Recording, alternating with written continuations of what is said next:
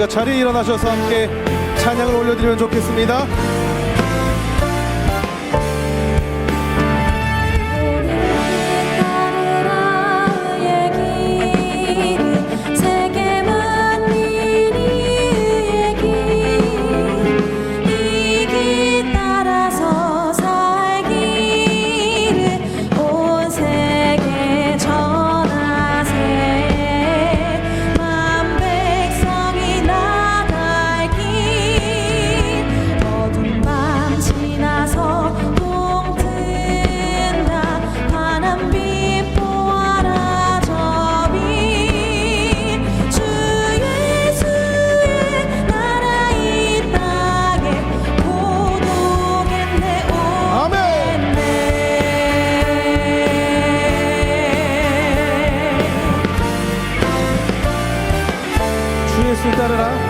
주 예수 따르라 승리의 주 세계 만민이 돌아가 길과 진리로 참 생명 내 창nom을 부수고 다 따르라 왕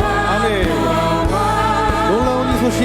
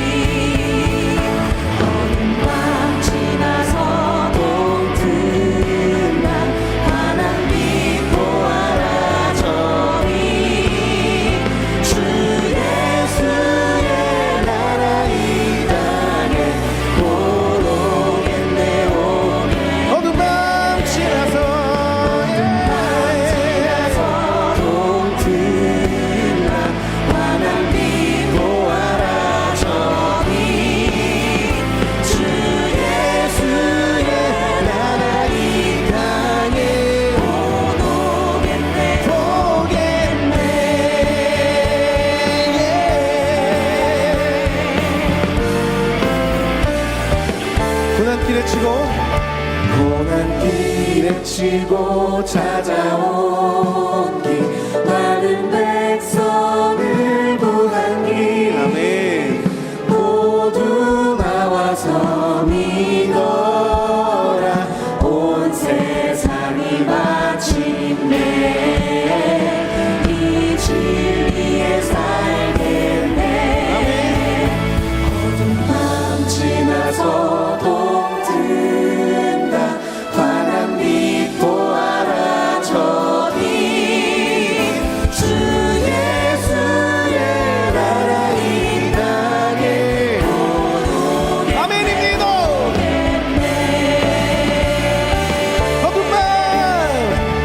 어두운 밤 지나서 동 트는 날 나는 믿고 알아 저기 주 예수의 나라 이 땅에 곧 오겠네 우리 한 번 더 믿음으로 선포하십시다. 어두운 밤 지나서 동 트는 날 나는 믿고 알아 저기 주 예수의 나라 이 땅에 곧 오겠네 곧 오겠네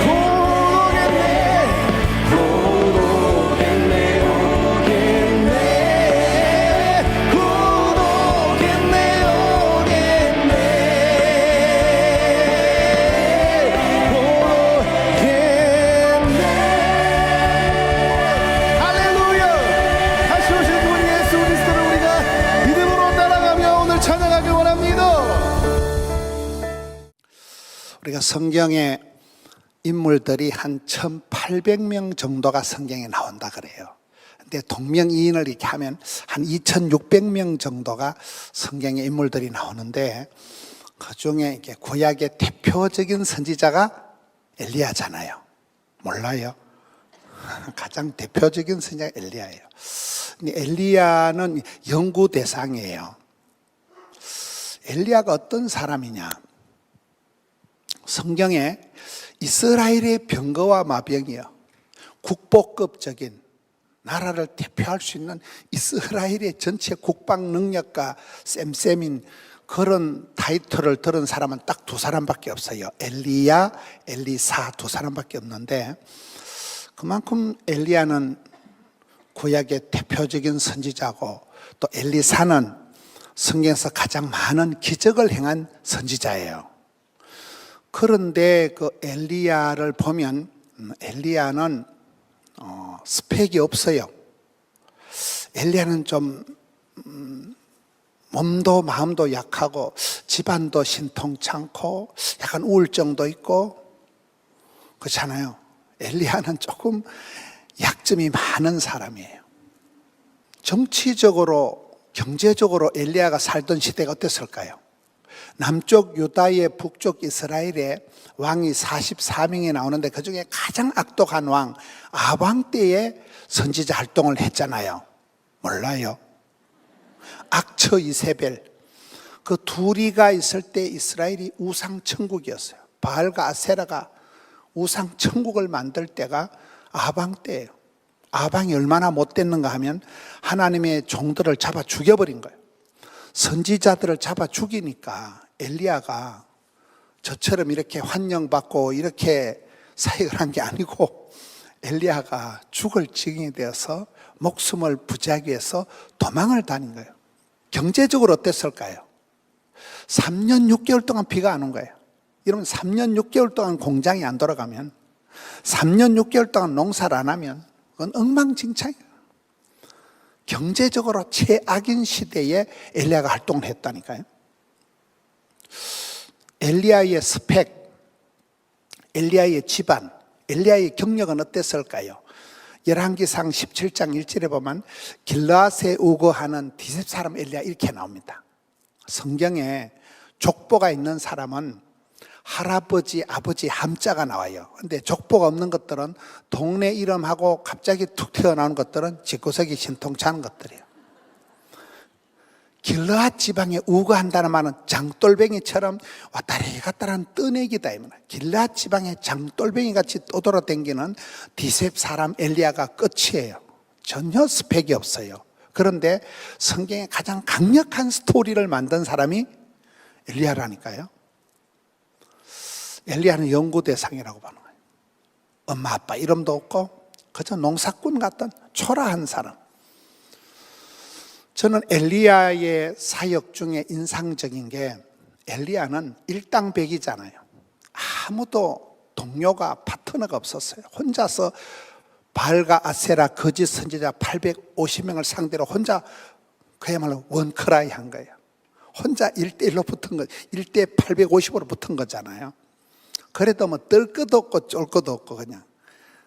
그러니까 엘리야가 기도하는 장면을 보면 열왕기상 18장 30절에 보면 따라합시다. 무너진 제단을 수축하고. 보통 사람들이 이 시대가 문제입니다, 이 경제가 문제입니다 이렇게 지적질을 하기는 쉽지만은 자기가 그 빵군한 시대에 대안이 되는 건 쉽지 않은데, 엘리야가 살던 시대는 무너진 시대예요. 경제가 무너지고 정치가 무너지고 정치, 경제, 사회, 문화적으로 무너진 짜부라진 시대에 되어버린 거예요. 하나님께 예배를 드려야 될 제단에 2단, 3단들이 우상, 귀신 푸닥거리 하는 것들이 바알과 아세라 이 잡것들이 와가지고 성전을 엉망진창을 만들어 놓은 그 무너진 제단, 빵군한 제단을 깨끗하게 소재를 하고 그 자리에 엎드려서 혼자 기도하다가 불로응답을 받은 사람이 엘리야잖아요. 몰라요? 엘리야가 연구 대상이라니까 이게요. 엘리야가 열심히 특심히 했는데 내만 꼴꼴하다, 내만 힘들다는 게 아니다. 아니다, 네 말고도 7,000명을 남가놨다. 나만 홀로, 내만 꼴꼴하고 내만 이렇게 울고불고 하지 하나님이 심하다 싶은, 아니다, 네 말고도 숨겨놓은, 남겨놓은 7,000명이 있다고 얘기한 게 엘리야잖아요. 고군분투한 거죠. 원래 신앙생활은 외로운 거예요. 결국 하나님과 내각 문제예요. 야곱이 별짓을 다 하고 수단과 방법을 다 하고 보따리 선물을 보내도 안 되니까 20년 동안 원수된 형님하고 관계를 해결하기 위해서 혼자 남아서 하나님과 단둘이 1대1로 독대하는, 거기서 이제 시작이 되는 거예요. 하나님과 독대 짓고 하나님밖에 그냥 다이렉트로 부르짖는 거예요. 하나님 대면 버니엘 하나님 얼굴을 배웠고 난 뒤에 20년 동안 원수된 문제가 법눈 녹듯이 해결이 되잖아요. 야곱의 축복 몰라요? 저는 야곱의 그 기도를 보면 나가 복을 받아야 썩었다. 주의 사자 바지가리 붙들고 매다는 하나님 복을 주시든지 복을 안 주려면 확 밟아 죽여버려라. 하나님이 야 이런 먹고 뭐 이런 게 다 있노? 천하의 욕심꾸러기 이 치사 빤서 같은 야곱이 엄마 뱃속에서 쌈박질하고 너한테 지는 건 싫어서 형님 발목까지 붙들고 태어난 게 야곱이잖아요. 속이는 자, 약탈자, 이 야곱이거든요. 사기꾼이거든요. 그런 야곱이 마지막에는 해도 안 되니까 주의 사자 바지가리를 붙들고 생씨름을 하는 거잖아요. 이런 복을 받는 게 낫겠어요? 복을 못 받는 게 낫겠어요? 하나님 뭐 이런 게 다 있어 이거. 네 이런 먹고 사기꾼 속이는 자 야곱인다는 거야. 다시는 야곱이를 하지 말고 이긴 자가 되라 이러잖아요. 이러면 기도를 이기는 기도를 해야 돼요. 야곱의 기도는 이기는 기도를 했다니까요. 일사가고 죽기 살기로 매도 하나님 복을 주시든지 안 주려면 확 밟아 죽여버려라. 엄에 뭐 이런 욕심꾸러기 다 있냐. 하나님이 져주시잖아요. 여러분 자식 이기는 부모가 없다고 하나님이 져주실 만큼 기도에 목숨을 걸고 하니까 야곱이 응답받았듯이 엘리야는 보면 성경이 야고보서 보면 이 야고보서는 행함을 강조하는 성경이에요. 몰라요? 그런데 야고보서를 가만히 보면 행함을 강조하는 성경이 아니고 기도를 강조하는 성경이에요. 야고보서 1장 5절에 너희 중에 누구든지 지혜가 부족하거든 하나님께 구하라. 그래야면 하나님 주시리라. 기도 응답의 확신이 나온 구절이 야고보 1장 나오죠. 야고보서 저 5장쯤 가보면 너희 중에 병든 자가 있느냐? 기도할지니라. 의인의 강구는 역사하는 힘이 있다. 그러다가 기도를 얘기하다가 기도의 가장 샘플이 엘리야예요. 5장 17절에 가면 엘리야는 우리와 성정이 같은 사람이로되 엘리야는 우리처럼 약간 또라이끼가 있고 약간 우울증이 있고 그렇지만은 간절히 기도한 적 하늘 문을 열었다 닫았다 한 사람이 엘리야잖아요. 몰라요? 우리가 엘리야와 성정이 같다는 것은 엘리야는 막 썬파워하고 무슨 말을 들어도 시험이 안 들고 그런 대단한 사람이 아니라니까. 엘리야는 우리처럼 찌질하고 말 한마디 듣고 거부울이 오고 뭔 사람이 저러냐. 그런 극심한 우울증에 시달렸던 엘리야지만은 간절히 기도한 적. 기도가 답이에요. 기도가 약이에요. 기도가 방법이에요. 기도가 전쟁이에요. 간절히 기도해서 응답받은 사람이 엘리야잖아요. 몰라요? 오늘 말씀도 그래. 엘리야가 죽기 전에 야 엘리사야 내 죽기 전에 네 마지막으로 기도 한번 해봐라. 죽기 전에 사람은 기도 제목을 들어보면 그 사람의 수준을 단박에 알아. 소원이 무엇이냐. 꿈꾼 대로 심은 대로 소원대로 말한 대로 하나님 응답하시는데 제목을 잘 뽑아야 된다니까. 여기에 보면 야 내 죽기 전에 네 마지막으로 기도 한번 해봐라. 그러니까 엘리사가 성령의 역사가 갑절이 내게 있게 하옵소서. 갑절의 영감을 주옵소서 이러는 거예요. 이게 갑절의 영감은 장남에게 후계자에게 따따블로 준다는 그게 의미가 있는 걸 아시잖아요. 그렇습니다. 후계자를 삼아 달라는 그 의미도 있지만 저는 문자 그대로 그야말로 꽃배기를 달라는 거예요. 따따블로 달라는 거예요. 이게 마태 효과라고 마태복음 25장 29절에 보면 무릇 있는 자들은 받아서 더 풍족하게 되고 없는 것들은 있는 것도 뺏긴다 이런 말씀이 있어요. 들어봤어요? 그래서 우리 신앙생활은 은혜 위에 은혜, 갑절의 영감, 백배의 결실, 이 숫자가 중요해요. 숫자가요. 여러분 저는 엘리야의 일생을 보면 아방이 죽이려고 하니까 도망을 다니죠. 마실 물이 없으니까 거리 시내가 가서 그 강물 쪽쪽 빨아먹다 거기 다 말라 빠지니까 또 사렙다 가부집에 어디 갈 데가 없어 가부집에 가서 빌부터 먹다가 또 까마귀가 음식물 쓰레기에만 말라 빠진 하나 물고 엘리야야 받아 먹어라 이래. 엘리야의 일생을 따라합시다. 간들간들, 조마조마, 아설아설, 위태위태. 엘리야가 결코 명랑하게 등 따시고 배부르게 기도하는 사람이 아니에요. 위태위태하게 언제 죽을지 모르는 거예요. 정치, 경제, 사회, 문화적으로 최악이었는데도 엘리야는 하나님 앞에 기도의 사람, 간절히 간이 쩌리도록 기도했기 때문에 응답받은 거잖아요. 불로 응답받은 거잖아요. 한 사람이 나라와 민족을 뿔떡 일으킨 거예요. 이스라엘의 병거와 마병, 이스라엘의 전체 국방 능력과 쌤쌤인 사람이 엘리야가 돼버린 거예요. 이 신통차는, 이 집안이 형편없는 사람이, 이 체질이 우울증 환자가, 이 정치, 경제, 사회적인 환경이 전혀 뒷받침이 안 되는 시대에 엘리야 한 사람을 보라는 거예요. 그래서 엘리야가 연구 대상이 되는 거예요. 여기에 갑절의 영감을 주옵소서. 그러니까 어떻게 합니까? 아따, 어려운 것을 구하는도다. 기도를 어려운 걸 해야 돼요. 주여, 쭈쭈바 2개만 줄래요? 말래 그런 거 기도하지 말고 매점에 가서 사 먹으세요. 뭐 쭈쭈바 2개 달라고 뭐 때문에 3일 금식을 하고 그러냐 이 말이요.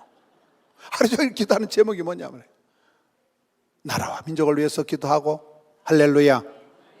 어려운 걸 기도해야 된다니까요. 어려운 걸 기도해야 하나님이 응답해 주신다. 쉬운 건 기도하지 말고 가서 사 먹으라니까.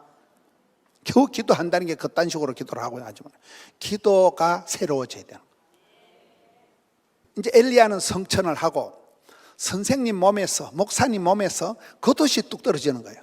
그러니까 엘리야가 이 겉옷을 주워가지고 엘리야의 하나님, 나의 하나님 하니까 요단강이 쫙 갈라지는 거예요. 왜 겉옷을 들고 갔을까요?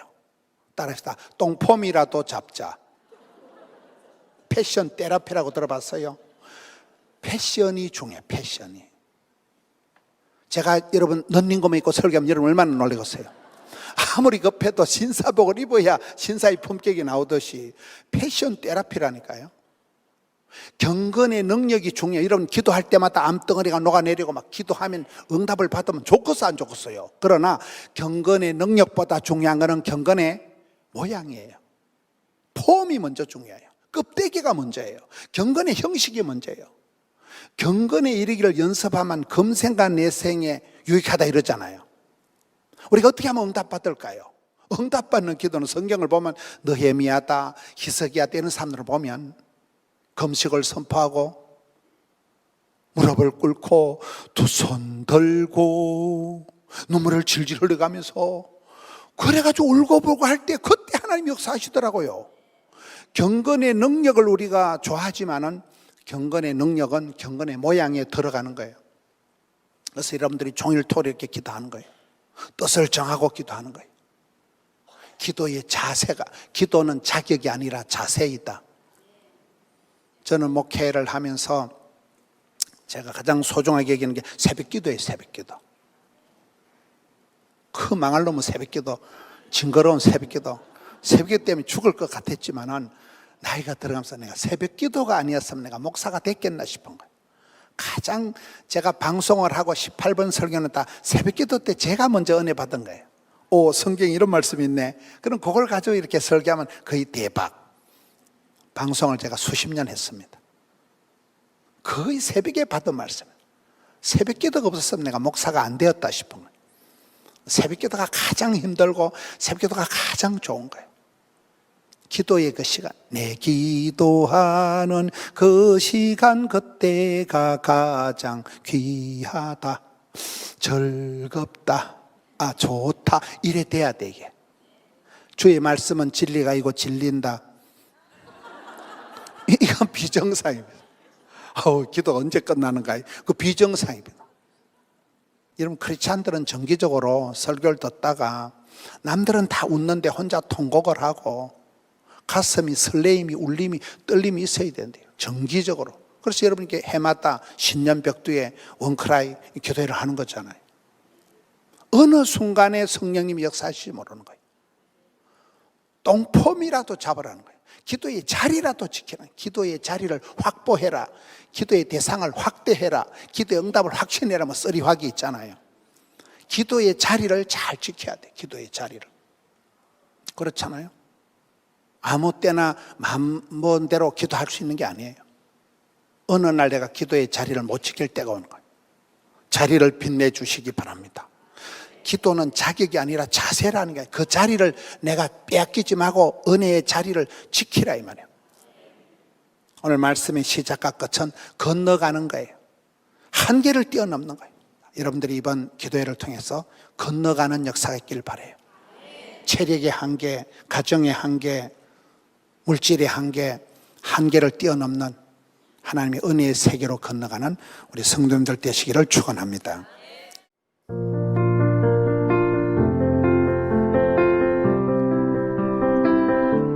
송축해 내 영혼아 거룩하신 이름 이전에 없었던 노래로 나 주님을 경배해. 해가 뜨는 새 아침 밝았네. 이제 다시 주님 찬양. 무슨 일이나 어떤 일이 내게 놓여도 저녁이 올 때 나는 노래해. 송축해 내 영혼아 거룩하신 이름 이전에 없었던 노래로 나 주님을 경배해.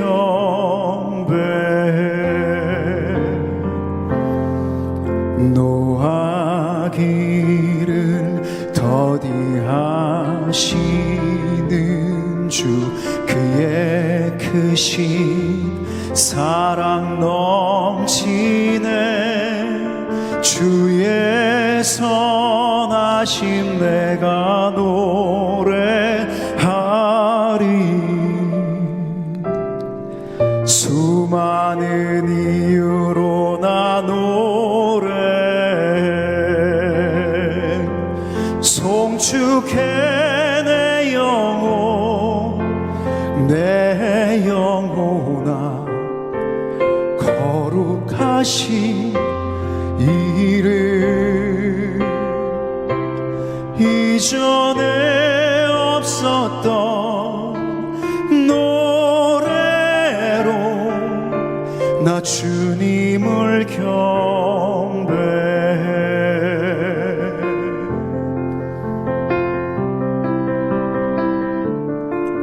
곧 그날에 나의 힘 다하고 나의 삶의 여정 마칠 때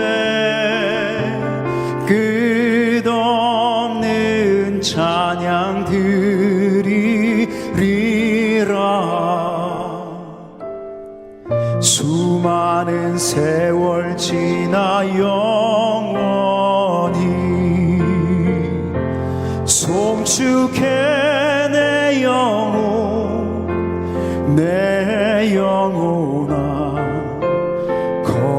거룩하신 이름 이전에 없었던 노래로 나 주님을 경배해.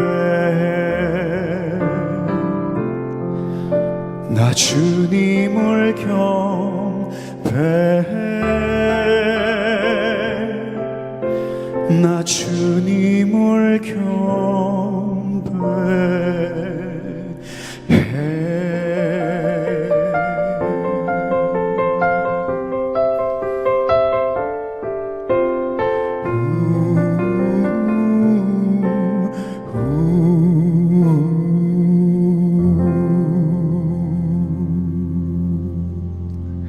할렐루야. 아멘. 오늘 이렇게 귀한 은혜 자리에 나왔는데 우리의 입술의 고백이 믿음의 고백 되기를 원합니다. 그리고 우리의 생각이 믿음의 생각이 되어야 믿음의 고백이 나오는 거예요.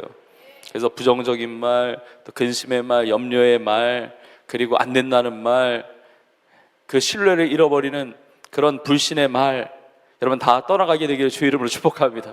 하나님은 하실 수 있습니다. 하나님이 역사하십니다. 하나님의 은혜를 베풀어 주십니다. 하나님은 불가능이 없으신 하나님이신 줄로 믿습니다. 이럴 때도 아멘을 잘할 수 있기를 축복합니다. 그러니까 아멘으로 할 때 내 말이 내 귀에 들린 대로 행한다고 말씀하셨거든요. 저는 우리 성도님들에게 부정적인 언어가 떠나가기를 축복합니다. 하나님 말씀 붙들고 믿음으로 고백하는 것입니다. 주님 안에서 할 수 있다. 내 능력이 아니고 주님 안에서 할 수 있다. 주님 안에서 강건해진다. 더 잘 될 것이다. 우리의 가정도 복될 것이고, 우리 일터도 복될 것이고, 우리 교회도 더 하나님의 기쁨이 될 것이고, 우리나라 민족도 새로워질 것이다. 저 북녘 땅에 하나님의 복음의 문이 열려질 것이고, 전 세계 열방 땅끝까지 주의 나라가 임하게 될 줄로 믿습니다. 우리 믿음으로 선포하는 것마다 그렇게 이루어지는 역사가 있는 줄로 믿습니다. 여러분, 그냥 저절로 2026년을 살아가고 있는 것이 아니라 전적인 하나님의 은혜인 줄로 믿습니다. 하나님께서 생명 주셔서, 또 건강 주셔서, 또 사모하는 이 갈망하는 이 마음, 이 믿음 주셔서 이 귀한 예배 자리까지 나오게 하셨는데, 하나님께서 오늘 정말 기적의 은혜, 우리 첫째 주, 둘째 주 하나님께서 놀라운 역사 이루어 주셨지만, 여호와 라파, 나는 치료하는 하나님이라, 치료하는 여호와임이라, 하나님의 존재를 걸고 자신의 이름을 여호와 라파라고 말씀하셨는데, 그런 역사 오늘 우리 모두가 체험하게 될 줄로 믿습니다. 정말 한 마음 한 뜻 되어 주 앞에 부르짖어 기도할 때 하나님께서 하늘의 문을 활짝 열어주셔서 우리 나라를 주관하시는 분도 하나님이시고 민족을 경영하시는 분이 하나님이십니다. 여러분, 우리의 유일한 통치자는 우리 주 예수 그리스도, 살아계신 우리 하나님이신 줄 믿습니다. 오늘 예배가 하나님이 다스리시고 하나님이 통치하시고 하나님이 역사하시고 하나님이 영광 받으시는 귀한 집회가 될 줄로 믿습니다. 오늘 이 시간에 하나님께 주시는 이 회복의 말씀, 치유의 말씀, 이 부흥의 말씀인데, 이 말씀 같이 보는데, 이 말씀이 내 삶에, 우리의 삶에 그대로 이루어지는 살아 역사는 말씀이 될 줄로 믿습니다. 오늘 본문의 말씀은 에스겔 47장입니다. 에스겔서 47장 1절부터 12절, 좀 긴 본문이지만 그러나 이 말씀 자체가 능력이 있고 또 우리를 향한 이 치료의 약속의 말씀이기 때문에 우리 1절부터 12절까지 같이 보는데, 저와 우리 성도님들이 한 절씩 교독하겠습니다. 제가 먼저 1절을 읽고 그 다음에 2절 우리 성도님들 이렇게 번갈아 가면서 읽고 마지막 절은 같이 읽겠습니다. 제가 먼저 1절을 읽겠습니다. 그가 나를 데리고 성전문에 이르시니 성전의 앞면이 동쪽을 향하였는데 그 문지방 밑에서 물이 나와 동쪽으로 흐르다가 성전 오른쪽 제단 남쪽으로 흘러내리더라. 그가 또 나를 데리고 북문으로 나가서 바깥길로 꺾여 동쪽을 향한 바깥문에 이르시기로 본즉 물이 그 오른쪽에서 스며 나오더라. 그 사람이 손에 줄을 잡고 동쪽으로 나아가며 천척을 측량한 후에 내게 그 물을 건너게 하시니 물이 발목에 오르더니 다시 천척을 측량하고 내게 물을 건너게 하시니 물이 무릎에 오르고 다시 천척을 측량하고 내게 물을 건너게 하시니 물이 허리에 오르고 다시 천척을 측량하시니 물이 내가 건너지 못할 강이 된지라. 그 물이 가득하여 헤엄칠 만한 물이요 사람이 능히 건너지 못할 강이더라. 그가 내게 이르시되 인자야 내가 이것을 보았느냐 하시고 나를 인도하여 강가로 돌아가게 하시기로 내가 돌아가니 강 좌우편에 나무가 심이 많더라. 그가 내게 이르시되 이 물이 동쪽으로 향하여 흘러 아라바로 내려가서 바다에 이르리니 이 흘러내리는 물로 그 바다의 물이 되살아 나리라. 이 강물이 이르는 곳마다 번성하는 모든 생물이 살고 또 고기가 심이 많으리니 이 물이 흘러 들어가므로 바닷물이 되살아 나겠고 이 강이 이르는 각처의 모든 것이 살 것이며 또 이 강가에 어부가 설 것이니 엔게디에서부터 에네글라임까지 금을 치는 곳이 될 것이라. 그 고기가 각기 종류를 따라 큰 바다의 고기같이 심이 많으려니와 그 진펄과 개펄은 되살아나지 못하고 소금 땅이 될 것이며 같이 있습니다. 강 좌우 가에는 각종 먹을 과실나무가 자라서 그 잎이 시들지 아니하며 열매가 끊이지 아니하고 달마다 새 열매를 맺으리니 그 물이 성소를 통하여 나옵니다. 그 열매는 먹을만하고 그 잎사귀는 약 재료가 되리라. 아멘. 여러분, 하나님은 여호와 라파, 치료하시는 하나님이시로 믿습니다. 오늘 본문에 치료라는 단어는 안 나오잖아요. 그런데 라파라고 하는 단어, 치료하신다는 이 단어가 가장 많이 나와 있는 장 중에 하나입니다. 오늘 본문에 8절, 9절, 11절에 보면 되살아나리라 이런 말씀이 있는데, 이 되살아나리라 이 단어가 라파예요. 그러니까 하나님께 되살아나게 한다, 다시 살게 하는 거, 리바이벌, 이게 치료의 역사예요. 부흥의 역사예요. 하나님이 라파의 역사를 하시는 거예요. 하나님은 치료하시는 하나님이십니다. 성전에서 물이 나오는데 물이 흘러가는 곳마다 사는 거예요. 물이 흘러가는 곳마다. 오늘 하나님께서 우리의 삶을 살려주시고 회복시켜주시고 치유하여 주시기를 주의 이름으로 축복합니다. 자, 이 성전에서 물이 나와요. 근데 얼핏 보면, 이게 물리적으로 보면 이게 예루살렘 성전이겠죠. 예루살렘 성전일 것이고, 근데 여러분, 예루살렘 성전에서 역사적으로 물이 흘러나왔던 기록이 없습니다. 그러니까 이것은 에스겔로 하여금 보게 하신 어떤 신앙적인, 어떤 영적인 메시지가 있는 환상이라는 것이죠. 성전에서 물이 나옵니다. 근데 물이 흘러가는 곳마다 살아나는 거예요. 자, 예루살렘 성전에서 동쪽으로 물이 흘러서 죽어있던 바다가 삽니다. 예루살렘 성전의 서쪽은 지중해가 있겠죠. 그러나 동쪽에는 바다가 있는데 사해바다입니다. 사해바다, 보통 바닷물의 염분이 한 4% 정도 된다고 그래요. 그런데 사해바다는 그것이 한 7배가 넘는다고 그래요. 거의 30% 가까이 돼가지고 생물이 살 수 없는 그야말로 죽음의 바다거든요. 근데 죽음의 바다에 물이 들어가는데 이 물이 사는 거예요.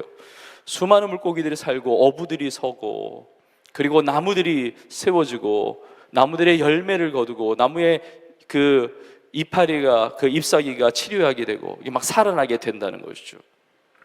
이게 하나님의 역사입니다. 하나님은 살리기를 원하세요. 지금 에스겔은 평안한 때 살고 있었던 것이 아니고, 여러분 성경 공부, 우리 성도님들 제자훈련도 하시고 성경 공부 많이 하셨기 때문에 이 성경의 개관적인 것을 잘 아시겠지만, 에스겔은 이스라엘 백성들이 바벨론 포로로 끌려간 그 70년의 기한 가운데 하나님 앞에 쓰임받았던 선지자입니다. 바벨론 포로로 끌려간 이후에 이스라엘 백성들이 그 다음에 하나님 앞에 선지자로 부름받았습니다. 정말 위기의 때입니다. 어려움의 때입니다. 정말 그 가운데 하나님께서 회복의 환상을 주시는 거예요. 하나님은 우리에게 망하기를 원하거나 문제가 심각해가지고 그냥 인생을 포기하고 그냥 멸망나기를 원하시는 것이 아니라, 그 가운데 하나님은 새로운 일을 행하여 주시는 줄로 믿습니다. 여러분, 성전이 무엇을 의미할까요? 여러분, 성경 전체를 보면 우리가 물리적인 눈에 보이는 성전이 아니라 먼저는 예수 그리스도께서 성전이 되십니다. 요한복음 2장에 보면 예수님께서 예루살렘 성전을 이렇게 보시면서, 예루살렘 그 헤롯이 리모델링한 그 헤롯 성전이었죠. 그걸 보면서 이 성전을 허물라 내가 사흘 만에 일으키리라 말씀하세요. 그러니까 유대인들이 이해가 안 되는 거예요. 이 성전이 지금 46년 동안 지었는데 이걸 허물면 사흘 만에, 3일 만에 이걸 어떻게 다시 짓느냐는 거예요. 46년 동안 완성된 것도 아닙니다. 계속 지어져 가고 있습니다. 아니, 46년 동안 지어져 가고 있는 것을 자기가 뭐라고 이걸 허물면 3일 만에 일으킨다는 것입니까? 근데 성경이 이렇게 나와 있습니다. 예수님께서 이렇게 말씀하신 이유는 자기의 육체된 성전을 말씀하셨다고 나와요. 예수님이 십자가에 피 흘려 죽으시고 3일 만에 부활하심으로, 3일 만에 부활하심으로 우리를 구원해 주셨어요. 성전의 휘장이 완전히 갈라졌습니다. 십자가의 죽으심을 통해서 하나님과 우리가 막힌 담을 허물고 하나님 앞에 구원받는, 하나님의 사랑받는 자녀로 영원한 생명을 얻으며 살 수 있는 이 길을 열어주셨다는 것입니다. 그러니까 여러분, 이 생명이 사는 이 치유의 기적은 예수 그리스도로부터 시작되는 줄로 믿습니다. 여러분, 예수님께서 말씀하셨죠. 수고하고 무거운 짐진 자들아 다 딴 데로 가는 게 아니라 다 내게로 와라. 내가 너희를 쉬게 하리라. 예수님께 평안이 있습니다. 예수님께 문제 해결이 있습니다. 예수님께 치유가 있습니다. 예수님께 구원의 역사가 있습니다. 여러분, 다른 데 가지 말고 정말 예수님께 나오기를 축복합니다. 새로운 한 해 하나님께서 시작하게 하셨는데, 여러분, 다른 데 이렇게 막 오만 데 신경 쓰고 다른 데 기웃거리는 것이 아니라 우리 주님께 주님께 나아가면 주님께서 그 영원한 마르지 않는 그 생수의 강의 은혜를 베풀어 주실 줄로 믿습니다. 요한복음 4장에도 나오죠. 수가성 사마리아 여인이 목마름을 가지고 물동이를 이고 야곱의 우물에 와요. 근데 예수님이 너무 안타까운 거예요. 그 인생이 목마름이에요. 그 인생이 정말 뭐 갈증이 너무 큰 거예요. 인생에 뭐 결혼 5번 다 실패하고 지금도 살아가는 게 진짜 사는 것이 아닙니다. 정말 죽음의 정말 그 비참한 상처의 그 아픔 가운데 살고 있는 것이죠. 근데 예수님이 이렇게 말씀하세요. 이 물 마시면 또 목마르지, 내가 주는 물을 마시는 자는 영원히 목마르지 아니하나니 내가 주는 물은 영생하도록, 그 속에서 영생하도록 솟아나는 샘물이 되리라 말씀하세요. 예수님 안에 있는 영원한 생명의 이 샘물을 마시고 그 영원한 샘물로 말미암아 여러분 만족을 누리며 치유를 누리며 다시 살아나는 우리 모두가 될 줄로 믿습니다. 근데 성전은 예수님이신데 성경에 보면 예수님만이 성전이 아니라 예수님을 구주로 영접한 모든 성도가 성전으로 살아갑니다. 고린도전서 3장 16절에 나오죠. 너희가 하나님의 성전인 것과 너희 안에 성령이 계신 것을 알지 못하느냐 말씀하세요. 예수님이 내 안에 계세요. 또 내가 성전으로 살아가는 것입니다. 하나님의 치유 역사가 나로부터 시작될 줄로 믿습니다. 그래서 내가 치유의 기적의 주인공으로 쓰임받게 되는 거예요. 우리 성도님 한 분 한 분은 대단하신 분들이에요. 주님으로부터 치유가 오지만 주님을 믿고 사는 나의 인생 가운데 내 깊은 곳에서부터 이 치유의 놀라운 역사가 나타나게 될 줄로 믿습니다. 당연히 성전은 신약시대의 교회로 이어지게 되는 것입니다. 교회는 건물이 아니라 그냥 뭐 우리 교회에서 어떤 뭐 물, 뭐 상하수도 뭐 그게 물이 잘 나온다 이게 아니라 우리 교회가 이 건물이 아니라 성도들의 공동체, 주님의 몸을 이루고 있잖아요. 이곳에서 생수의 강물이 흘러가는 것입니다. 교회를 통해서 생수의 강물. 그래서 신앙생활에 정말 귀한 지혜를 가지고 사는 성도님들은 교회 중심으로 신앙생활을 해요. 교회 중심을 통해서 말씀에 꼴을 얻고 기도하고 하나님 앞에 또 자신의 삶을 봉사하고 헌신하고, 그러니까 교회를 통해서 하나님께서 예수 그리스도의 몸이신 교회를 통해서 이 생수의 강물이 흘러나는 것입니다.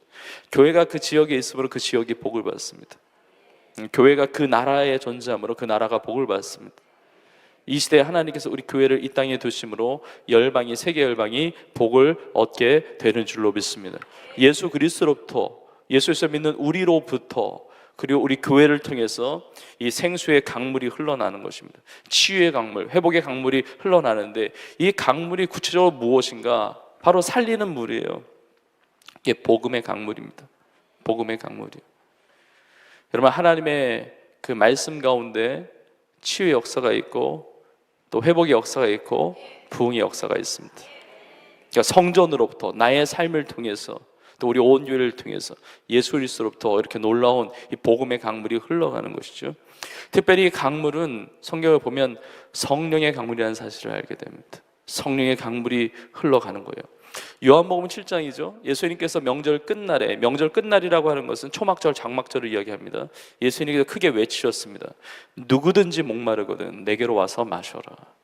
나를 믿는 자는 그 배에서 생수의 강이 흘러나리라. 이는 그들이 받을 성령을 가리킴이라고 그랬습니다. 예수를 믿는 자는 그 배에서, 그 심령 깊은 곳에서 생수의 강이 흘러나오는데 성령의 강물이 흘러나온다는 것입니다.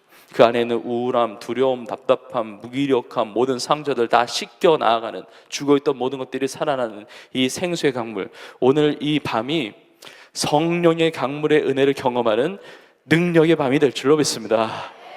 자, 그런데 이 강물이 이제 흘러나오는데 이거에 특징이 있어요. 이게 특징이 있는데 뭐냐면 성전에서 동쪽에 스며 나온다고 그럽니다. 스며 나오는데 이 스며 나온다는 이 단어가 의성어예요. 그러니까 이렇게 소리를 이제 그 단어를 만든 거죠. 이 스며 나온다는 단어가 히브리어로 파카라는 단어예요. 그러니까 스며 나오지만 아마 팍팍팍 나왔겠죠. 굉장히 스며 나오고 아무것도 아닌 것 같은데 거기에 엄청난 생명력이 있는 것입니다. 이게 하나님의 나라의 역사예요. 여러분, 겨자씨만한 작은 그 믿음이 있다 할지라도 산을 옮기는 역사를 이룹니다. 그 겨자씨가 나무들을 세우고 불모지, 그 황무지를 숲을 만들게 되는 거예요. 하나님의 나라, 겨자씨만한 것 같이 작아 보이지만 그러나 그곳에서부터 시작되는 것입니다. 우리 인생이 별거 아니고 내 인생이 너무 연약해 보여도 하나님의 나라의 꿈이 심겨지고 복음이 심겨지고 성령의 은혜, 성령의 불이 임할 때 내 삶을 통해 놀라운 하나님의 역사가 확장되게 될 줄로 믿습니다. 그래서 에스겔로 하여금 하나님께서 이제 그 깊이를 재게 하세요. 성전에서부터 동쪽으로 천척을 측량하게 하십니다. 한 척은 한 50cm 정도 돼요. 이 손끝에서 요 팔꿈치 정도까지 길인데 한 45cm, 50cm인데 그냥 쉽게 50cm라고 그러면 천척은 500m예요. 그러니까 성전에서 500m 떨어져서 그 물의 깊이를 재니까 발목에 차는 거예요. 그리고 다시 천척을 측량합니다. 천척을 가서, 그러니까 성전에서부터 한 1km 떨어진 데를 깊이를 재니까 이게 더 깊어지는 거예요. 무릎에 차는 거예요. 또 성전에서 천척 또 천척을 가서 500m를 가서 깊이를 재니까 허리에 차는 거예요. 그 다음에 더 가서 또 재니까 이제는 사람이 헤엄칠 만한, 사람이 능히 건널 수 없는 강이 되는 거죠.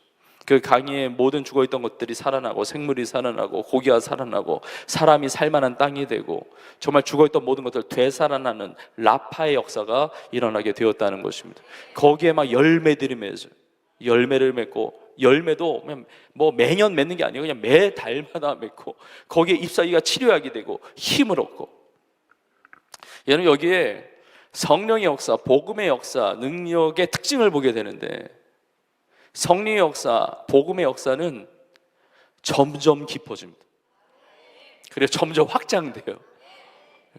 저는 2025년 살게 하신 것도 하나님 은혜인데, 더 기대되고 너무 소망이 되는 건 뭐냐면 2026년은 우리의 삶 가운데 영혼육 범사, 우리의 인생 전체에 2025년보다 세상은 뭐라고 말할지 모르지만 우리 믿음으로 바라볼 때 살아계신 하나님이 나의 하나님이시고 성경의 말씀이 나에게 주신 말씀이기 때문에 2025년보다 2026년 더 깊고 확장된 하나님의 은혜를 누리게 될 줄로 믿습니다. 우리가 기도하면 하나님 응답하십니다. 우리는 하나님의 말씀을 믿는 사람들이에요. 그럼 보세요. 부르짖으라 내가 내게 응답하겠다고 그랬잖아요. 부르짖으라 내가 응답할까 말까 이렇게 안 하셨어요. 응답하리라고 그러셨어요. 크고 은밀한 일을 내게 보여줄까 말까 그렇게 하지 않으셨어요. 보이리라 그러셨거든요. 말씀 그대로 믿으세요. 하나님은 지금도 일하십니다. 지금도 역사하십니다. 더 깊은 은혜, 여러분 이제까지 받은 은혜가 전부라고 생각하지 마세요. 우리가 받아야 할 은혜가 훨씬 많습니다. 하나님은 우리의 상상을 뛰어넘는 분이세요. 하늘이 땅보다 높은 것 같이 하나님의 길과 하나님의 생각은 그만큼 높으신 거거든요. 내가 경험하고 또 내가 알고 있는 하나님에 대해서 제한하지 마세요. 하나님은 내가 생각하는 것보다 더 큰 일을 행하십니다. 내가 경험하는 것보다 하나님은 더 놀라운 일을 행하시는 분이신 줄로 믿습니다. 더 깊은 은혜가 있어요. 우리는 습성상 가만히 있고 싶어요. 멈춰 있고 싶어요. 웬만하면 엉덩이를 안 띄고 싶어요. 집회가 있어도 그냥 가만히 알아서 은혜가 주어지기를 원해요. 그냥 주저앉아 있기를 원해요. 그리고 주저앉아 못해서 그냥 자기를 원해요. 그리고 잠들기를 원해요. 근데 하나님이 그게 너무 싫어하시는 거예요. 그래서 깨어 일어나라고 말씀하시는데, 왜냐하면 하나님은 움직이시거든요. 하나님은 행하시거든요. 그래서 너는 내게 부르짖으라 예레미야 33장 3절에 나오는데 그 앞절에 보면 2절에 보면 이렇게 나와 있어요. 일을 행하시는 여호와예요. 그 일을 성취하시는 여호와입니다. 이런 성령님이 오순절날 마가의 다락방에서 120명이 그렇게 기도하는데 성령이 임했잖아요. 바람과 같이 불같이 임했잖아요. 바람은 움직이는 것입니다. 바람이 움직이지 않으면 더 이상 바람이 아니잖아요. 불도 움직이거든요. 그러면 성령의 역사가 나타난 사도행전, 성령행전이라고 부르는데 영어로 액츠예요. 액트, 단수형도 아니고 액츠, 복수형이에요. 하나님은 지금도 일하세요. 2025년도에도 일하셨고, 그러나 2020년도에 오늘 이 밤에도 하나님은 놀랍게 일하시는 줄로 믿습니다. 하나님은 지금 운행하고 계시는 것입니다. 오늘 이 밤에 살아계신 하나님께서, 살아계신 성령께서 운행해 주시고 만나 주시고 또 말씀하시고 우리의 삶을 터치해 주시고 죽어있던 모든 것들을 살리는 귀한 역사가 있게 될 줄로 믿습니다. 생수의 강이 다 흐르기를 원해요. 완전히 다 잠기기를 원해요. 믿음으로 주님을 의지할 때 생수의 강 성령께서 우리의 심령, 우리의 영혼 깊은 곳에서부터 우리 교회를 통해서 예수 그리스도로 말미암아 우리의 삶에 놀라운 역사가 나타나게 될 줄로 믿습니다. 이 성령의 이 강물이 예루살렘 성전에서 스며 나왔던 것이 이제는 확장되어서 죽어있던 모든 것들을 살리는 이 비전, 에스겔이 보았던 이 비전과 환상을 예수님께서 말씀하신 내용이 있는데, 그것이 바로 우리가 너무나 잘 아는 사도행전 1장 8절의 말씀입니다. 오직 성령이 너희에게 임하시면 너희가 권능을 받고 예루살렘과 온 유대와 사마리아와 땅끝까지 이르러 내 증인이 되리라 하시니라 말씀하셨어요. 성령의 역사는 예루살렘으로 머물러 있지 않습니다. 예루살렘 성전에 내 삶에 머물러 있는 것이 아니라 예루살렘과 온 유대만이 아니라 사마리아만이 아니라 땅끝까지 이르러 성령의 권능 받아서 증인으로 하나님의 나라가 임하고 살아나고 구원받고 하나님의 놀라운 역사가 나타나는 귀한 은혜가 있을 줄로 믿습니다. 저는 이번 집회를 통해서 우리의 개인의 기도에 응답받을 뿐만 아니라 우리 성도님들을 통해서 가정이 치유되기를 원합니다. 우리 부모된 성도님을 통해서 자녀들이 치유되기를 원합니다. 자녀들의 기도를 통해서 부모님이 치유되기를 원합니다. 믿지 않는 가족들이 주님 앞에 돌아오는 귀한 역사가 있게 되기를 주의 이름으로 축복합니다. 그리고 성도님들로 말미암아 여러분이 주님의 움직이는 성전이 돼서 우리 성도님들이 계심으로 말미암아 그 일터 속에, 그 직장과 사업의 현장과 여러분의 삶의 공부의 자리와 어떤 곳에 있든지 그곳에 놀라운 치료의 역사, 하나님의 구원의 역사가 있게 될 줄로 믿습니다.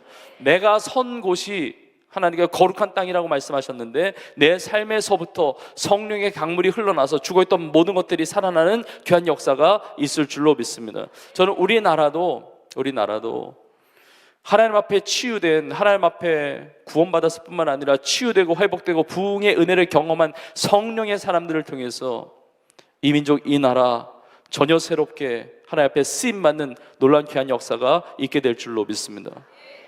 역대하 7장 14절이죠. 내 이름으로 일컫는 내 백성이. 여러분, 인생의 어려운 환경, 어떤 그 시대적인 그게 문제가 아니라 에스겔도 어두운 시대였잖아요. 그 환경의 문제가 아니라 내 이름을 일컫는 내 백성이, 하나님의 이름으로 일컫는 백성들이 중요한데 그 악한 길에서 떠나서 하나님 앞에 기도하고 자복하고 하나님의 얼굴을 구하면 내가 너희들의 기도를 듣고 그 죄를 사하고 그 죄만 사할 뿐만이 아니라 그들의 땅을 고칠지라 그랬습니다.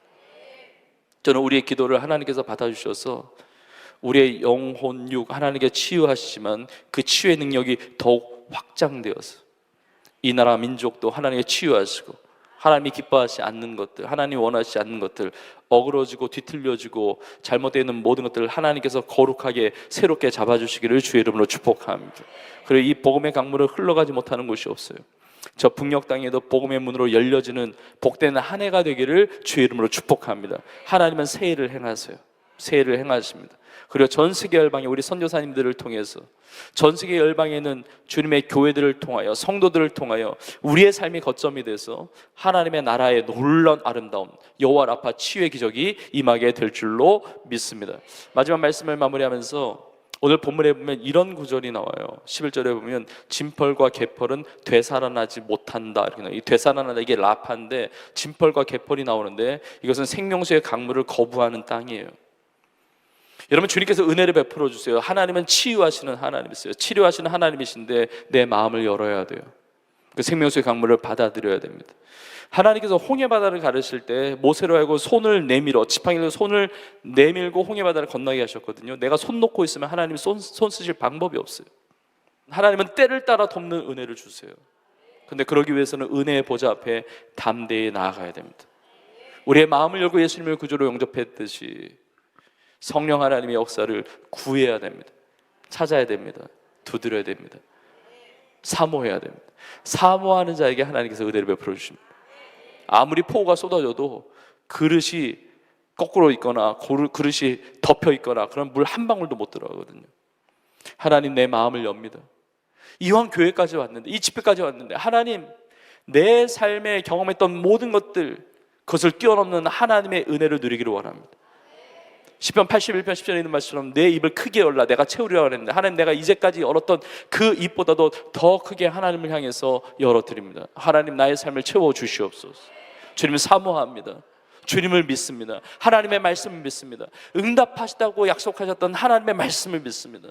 내 삶의 이 생명수의 강물, 지금 이 시간 운행하시고 역사하시는 성령의 은혜의 강물이 내 삶에 흘러들어오게 하여 주시옵소서. 발목에 차는 은혜, 뭐 있는 거야 없는 거야 은혜 안 받는 것도 아닌데 뭐 너무 많이 받는 것도 아니에요. 그런 애매한 신앙생활이 아니라 이 성령의 생명수의 강물의 은혜로 말미암아 발목에 차던 물이 무릎에 차고 허리에 차고 우리 신앙의 중심을 잡고 능히 건너지 못할 정말 강 같은 은혜, 평안과 기쁨과 소망과 만족과 응답과 아멘 하실 때까지 하여튼 물이 바다 덮은 가운데 정말 하나님께서 나에게 부어줄 수 있는 최고의 축복의 그 놀라운 충만한 은혜를 마음껏 누리는 이 밤이 될 줄로 믿습니다. 그리고 이렇게 새해의 벽두에 기도로 문을 여는데 우리의 기도가 선포적 기도가 되어서 올 한 해 동안 수많은 기도가 우리 한국교회를 통해서 올려지게 될 것이고 우리 성도님들도 수많은 기도를 올려드릴 텐데 오늘 이 기도를 하나님께서 기뻐 받아주셔서 올 한 해 올려지는 기도마다 하나님께서 하늘문을 활짝 열어주시고 응답의 기적이 나타나는 복된 기도의 사람들, 치료의 사람들, 부흥의 사람들 다 쓰임받을 수 있기를 주의 이름으로 축원합니다. 축원합니다. 믿음으로 고백하겠습니다. 나는 축복의 사람입니다. 나는 부흥의 사람입니다. 나는 응답 받았습니다. 나는 치유 받았습니다. 나는 새로워졌습니다. 할렐루야. 오늘 이 밤이 그런 밤이 될 줄로 믿습니다. 우리 성령의 은혜를 사모합시다. 성령님 간절히 사모하는 자에게 임하시는 거예요. 우리 믿음으로 고백하고 찬양하고 기도할 때 그 놀라운 성령의 능력의 체험, 그 여호와 라파 치료의 체험, 우리의 삶을 통해 세상을 바꾸시는 치유하시는 하나님의 기적을 경험하게 될 줄로 믿습니다.